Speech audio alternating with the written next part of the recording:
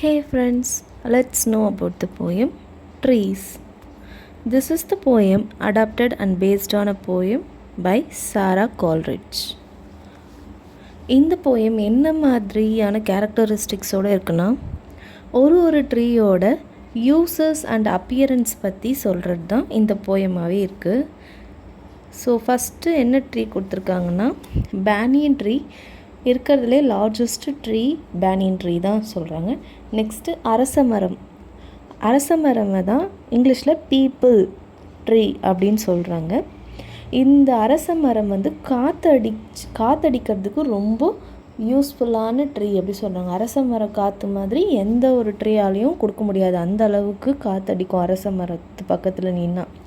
So next coconut tree ரொம்ப டாலாகவும் ஸ்ட்ரெயிட்டாகவும் வளர்ந்துருக்கு அப்படின்னு சொல்கிறாங்க.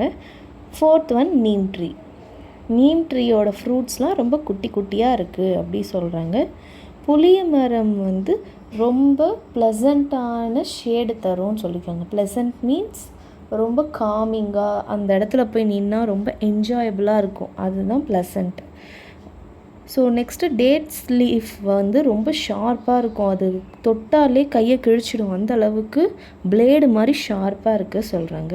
தேக்கு மரத்தோட வுட்ஸ்லாம் ஃபர்னிச்சர்ஸ் இதெல்லாம் செய்கிறதுக்கு யூஸ் ஆகுது. லாஸ்ட் ஒன் மேங்கோ, அது நம்மளுக்கு ஸ்வீட்டான ஃப்ரூட்ஸ் எல்லாம் கொடுக்குது. இதோட இந்த போயம் முடியுது. தேங்க்யூ.